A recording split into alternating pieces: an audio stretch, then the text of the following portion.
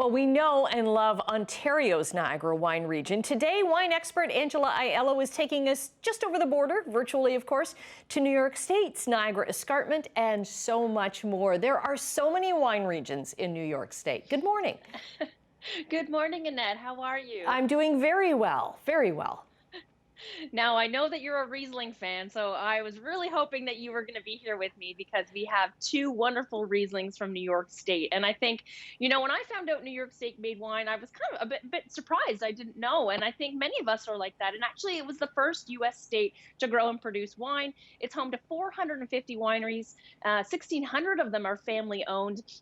And there's 11 American viticultural areas in which they grow, two very important ones, the Finger Lakes and Long Island. And so, it's also home to New York City, the place I think we're all missing to visit right now, unfortunately. But we can travel with our liquid passports. So we do have two Rieslings here open for you to taste because I know you and I both love our Riesling. Yes. So what's the first one that we're going to try?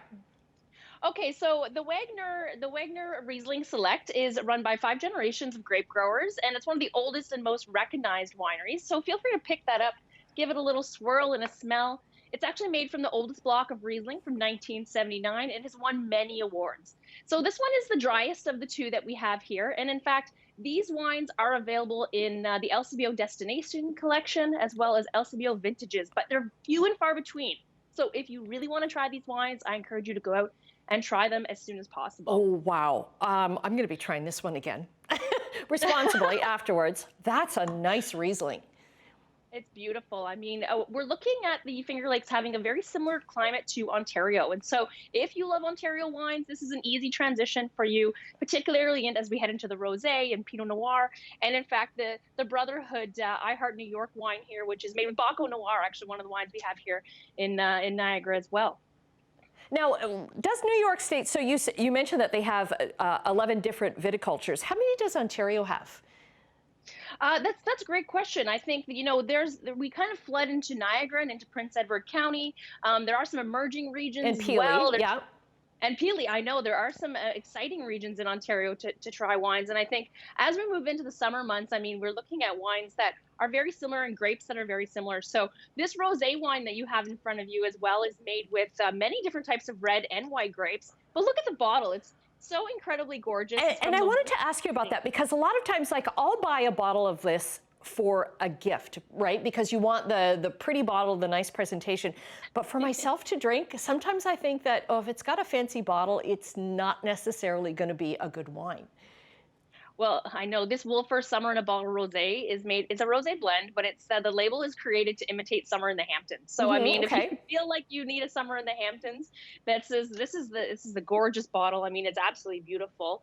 It's a oh, and the wine inside is very good. Because I often worry about that. Like if it's a novelty bottle, I tend myself to kind of like steer away from that.